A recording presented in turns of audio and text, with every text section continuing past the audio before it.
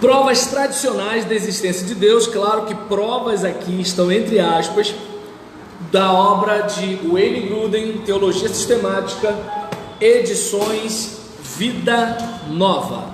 Edições Vida Nova. Vamos lá então. Seguindo aqui, de acordo com o argumento dele, as provas, entre aspas, tradicionais da existência de Deus, arquitetadas por filósofos cristãos e alguns não cristãos de várias épocas da história, são de fato tentativas de analisar as evidências, especialmente as evidências da natureza, de modos extremamente cuidadosos e logicamente precisos, a fim de convencer as pessoas de que não é racional rejeitar a ideia de que Deus existe.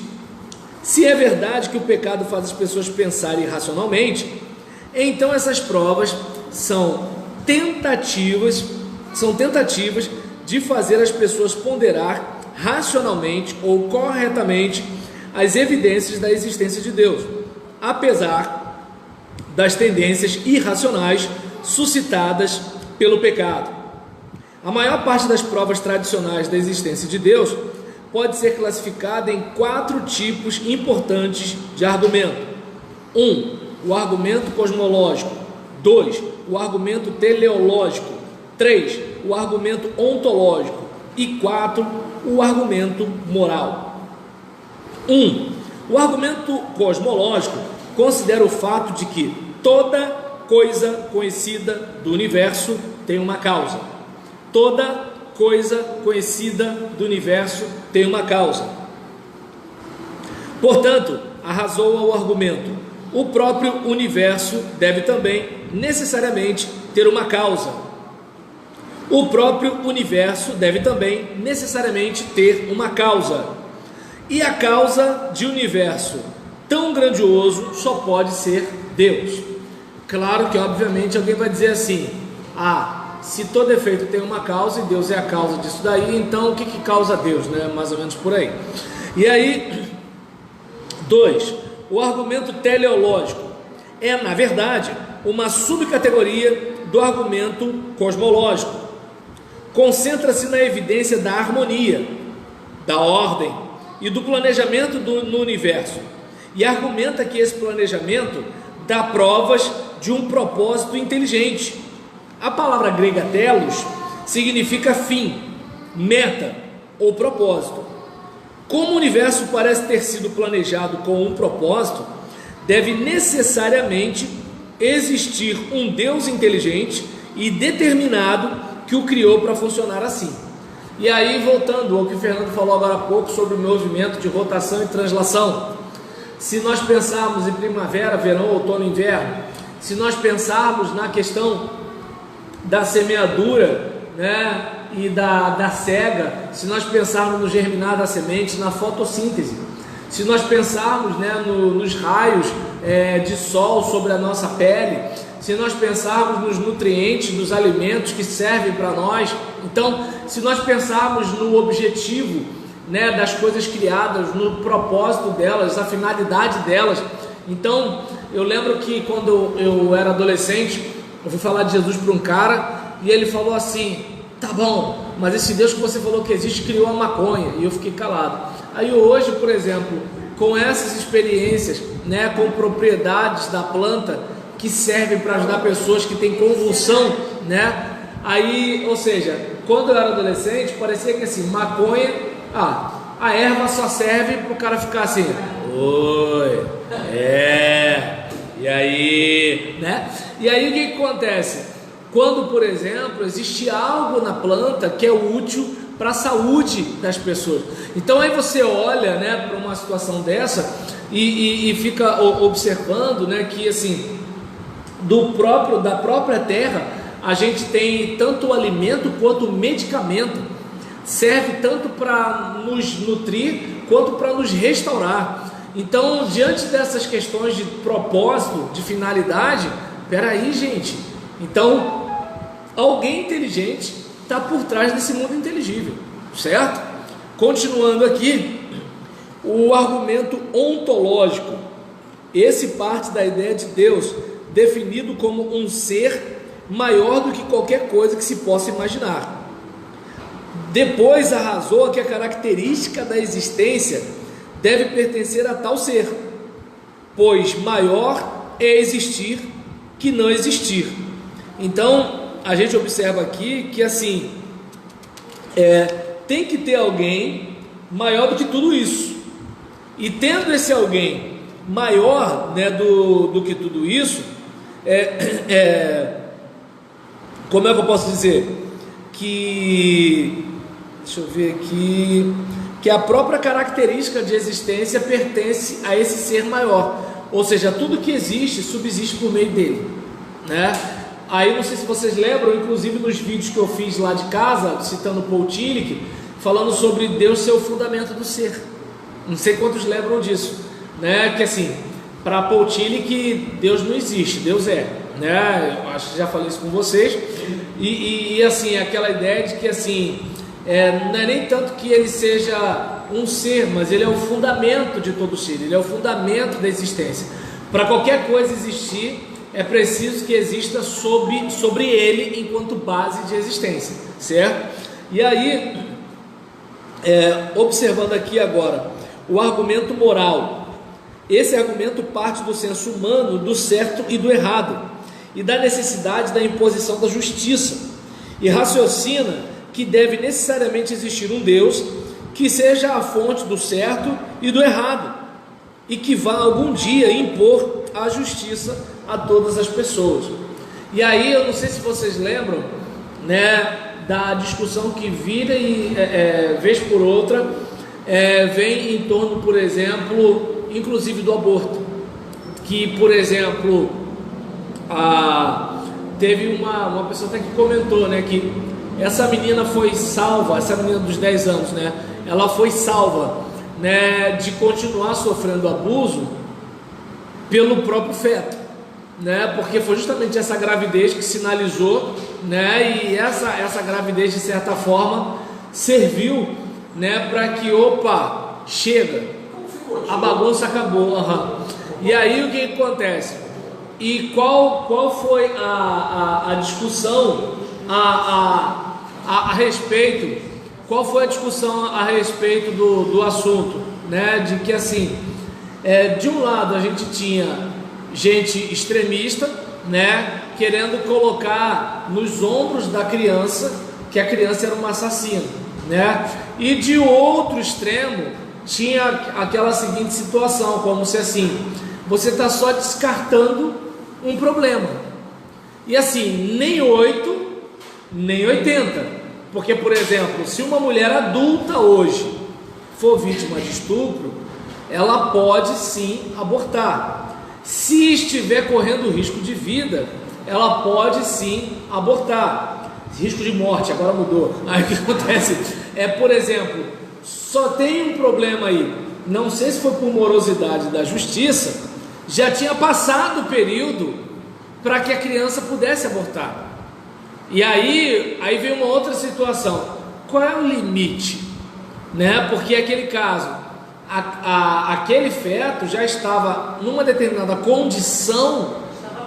Tá dando para entender que assim, que a gente já sabe que estaria sofrendo, né? Não é assim um punhado de carne que você vai descartar. E assim, o engraçado assim, o que me assustou foi ver crentes apoiando um aborto.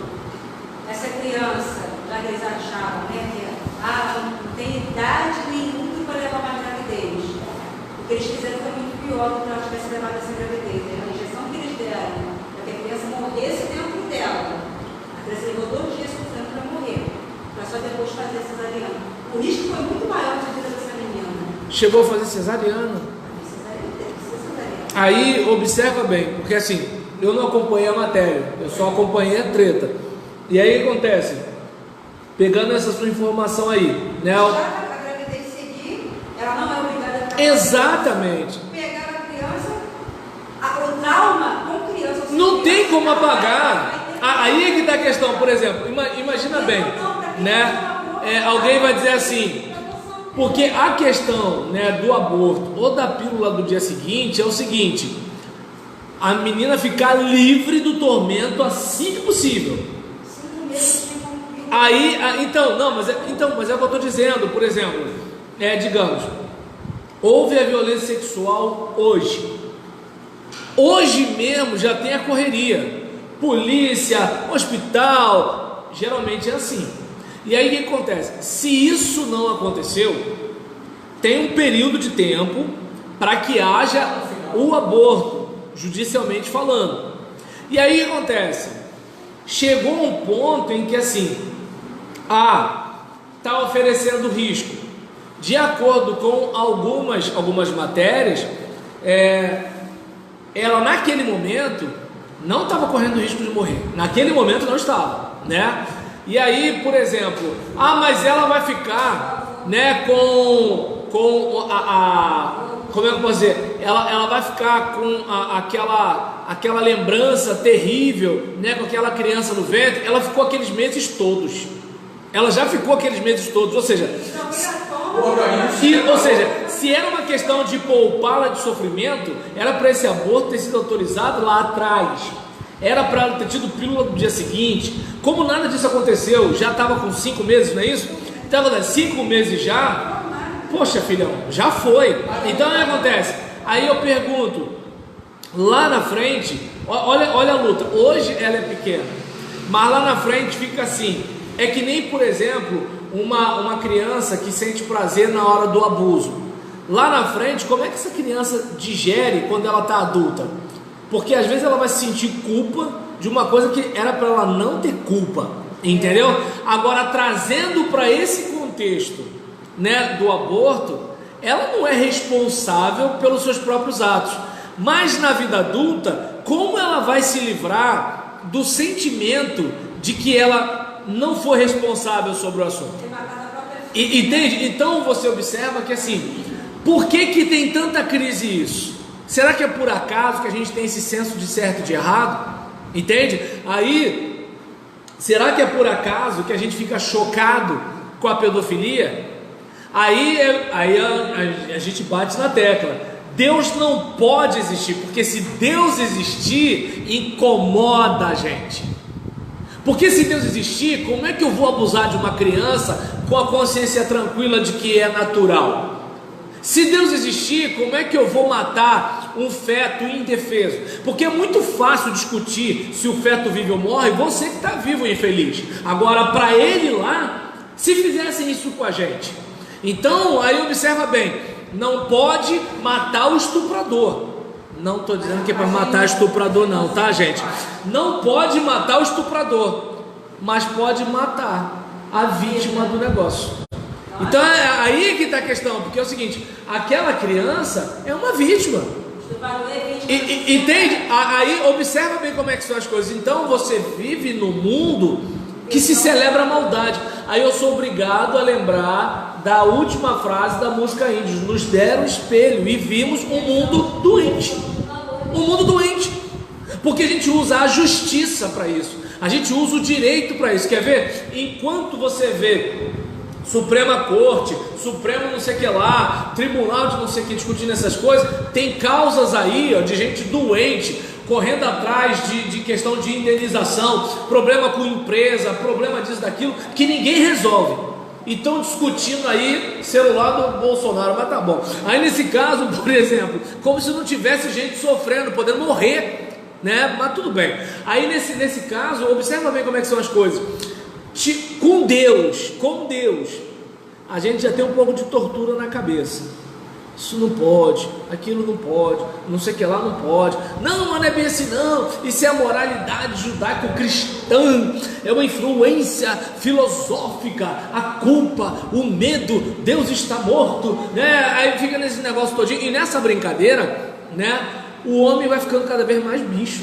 É esquisito isso, né? Eu nunca achei que eu ia viver para ver um negócio que é o seguinte, por exemplo, a gente tratar as pessoas como coisa, seja tratar como coisa no aspecto trabalhista, tratar como coisa no aspecto sexual, tratar como coisa nos relacionamentos, ou seja, você não é mais você, você é algo, é uma escada, é um degrau para alguém tirar algum tipo de proveito. Você pode matar uma pessoa, estuprar, para ser o coitadinho. Uhum. Se você fizer isso com um animal, você está lascado. Não é? Eu estava conversando com alguns pescadores lá em Mangaratiba. É incrível. Ah, bota a rede, deixa lá de novo. Não, porque se uma tartaruga ficar presa na rede e ela morrer afogada e a fiscalização bater, entende? Agora, a gente mata um monte de gente aí todo dia tem gente morrendo. Entende? Quem investiga? Quem investiga? Alguém mata a mim, alguém mata você. Uma coisa é matar grandão. Agora, mata alguém igual a mim e a você, quem investiga? Quem quer saber? 18 a 60 pessoas por dia. Tá dando para entender? Então a gente tem que dar graças a Deus de não ser preso por engano. Porque se for preso por engano, fica lá. Entende? E aí, detalhe, né? E olha quanto se gasta para a gente ter o judiciário que a gente tem. Então, diante de uma situação dessa, voltando para cá, né, pro argumento moral, há ainda essa indignação. Tem alguma coisa errada. Tem alguma coisa errada. Como é que a gente pode, por exemplo, ter um camarada abusando de menina de 10 anos durante várias vezes? E ele fez um vídeo e botou no Instagram que ele não era o único na parada.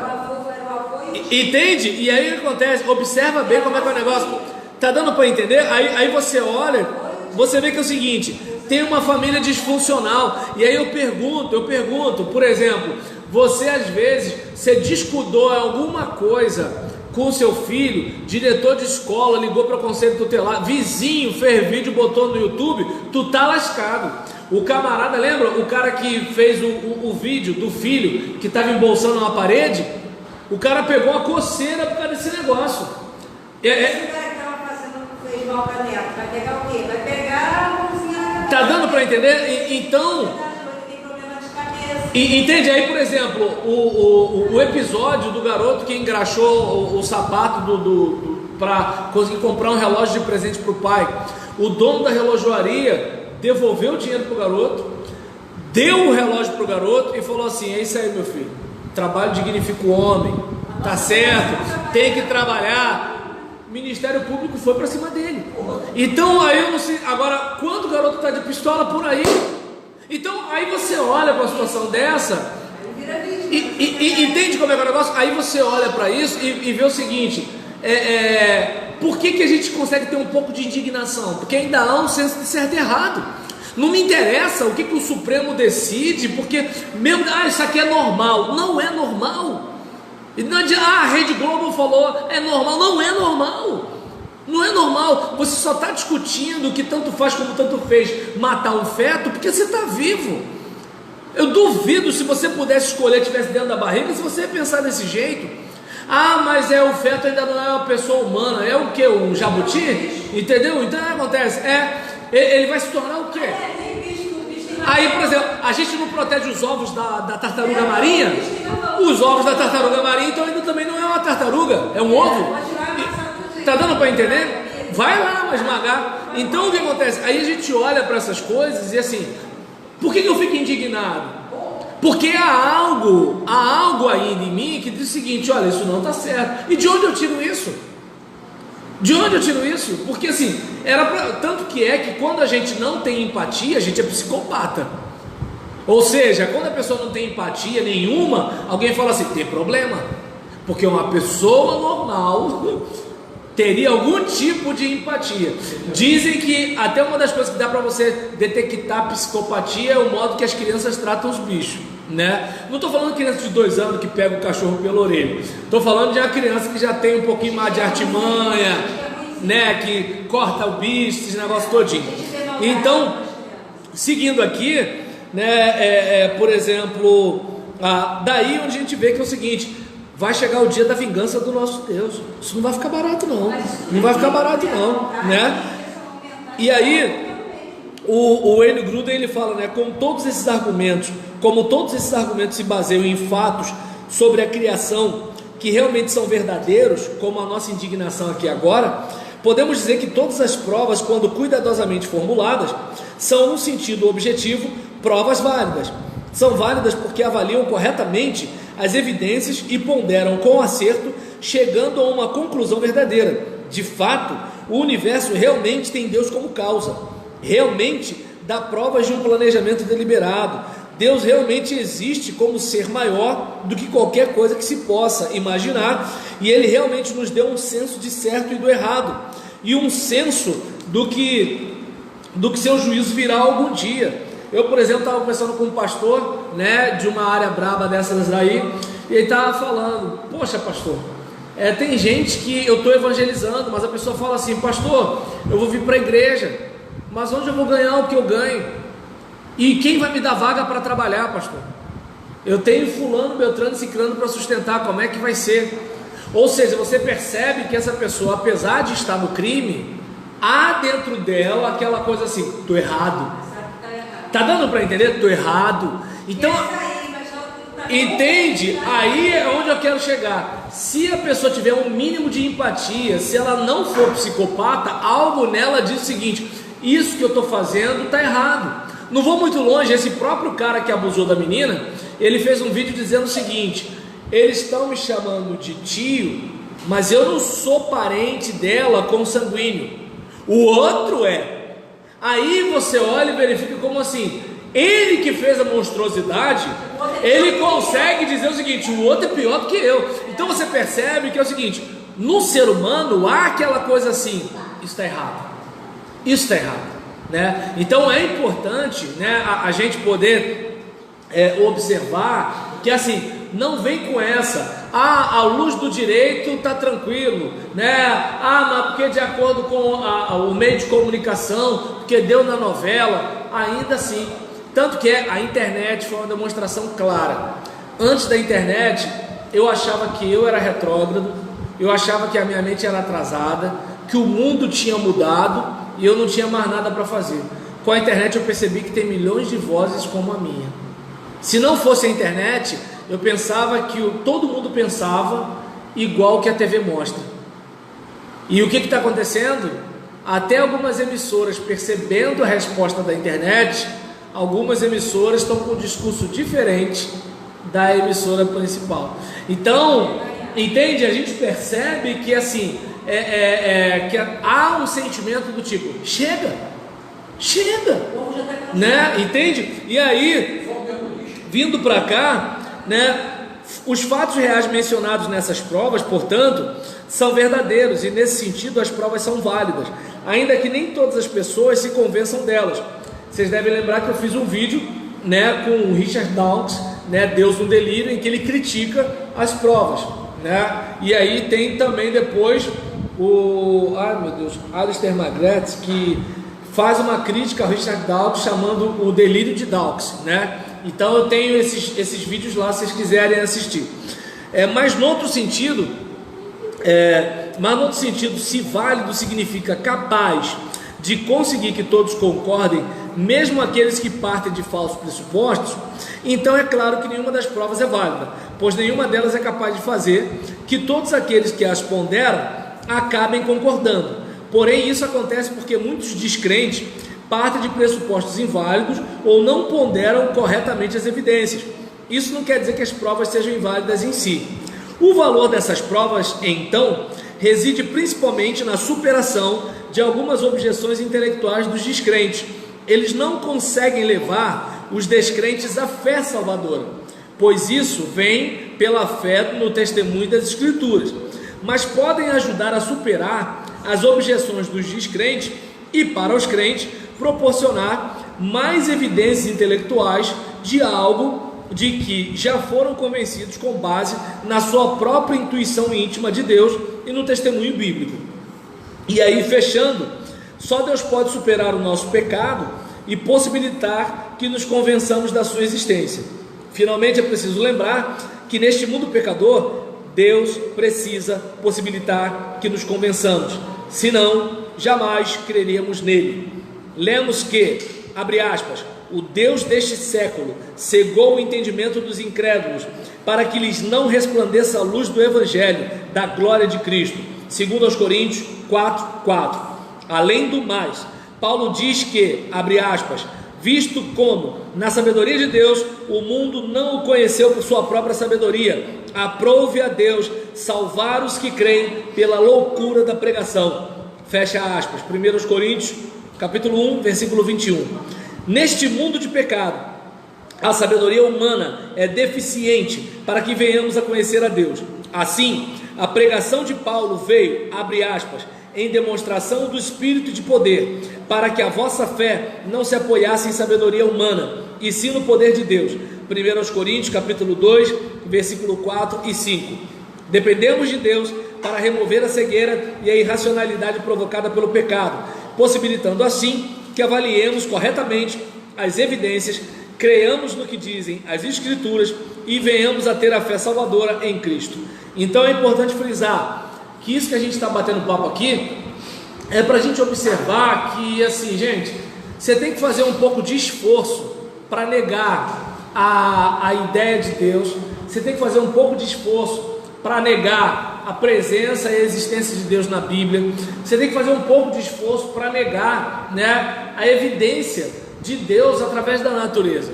Não é uma coisa simples assim, tá aí, acabou, porque povos primitivos podem até, não vou muito longe, você tem os orixás na África, você tem os deuses hindus, você tem entende? Você tem o Deus judaico, você tem o Deus cristão, você tem a divindade, né, dos indígenas, você tem o panteão grego, ou seja, você vê que é do ser humano isso.